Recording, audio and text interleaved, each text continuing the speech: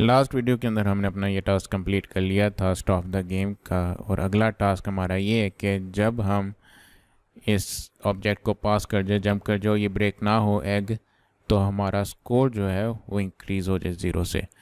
जितने ऑब्जेक्ट्स को हम बगैर ब्रेक किए गुजरते जाएंगे तो उतने स्कोर जो पॉइंट्स जो हमारे स्कोर में ऐड होते जाएं। इसकी मैं आपको यहाँ पे एक वीडियो दिखाता हूँ कि हमारा किस तरह से ये हमारा स्कोर ऐड हो गया।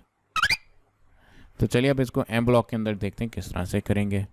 एम ब्लॉक में आने के बाद मैं ये करेक्टर सेलेक्ट करूँगा और मैं यहाँ से स्टॉप कर देता हूँ अभी। अब मैं यहाँ पे वेरिएबल्स में जाऊँगा और एक स्कोर का वेरिएबल बनाऊँगा और उसका नाम रख देता हूँ स्कोर। यहाँ पे आप कोई भी नाम रख सकते हैं, मैंने फ़िलहाल स्कोर ही नाम रखा है।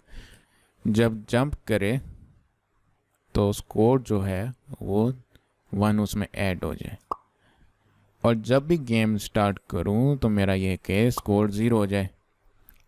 अब सिंपल ये था और अब हम इसको चला के देखते हैं। ये मेरे पास स्कोर 1 हो गया, ये 2 हो गया।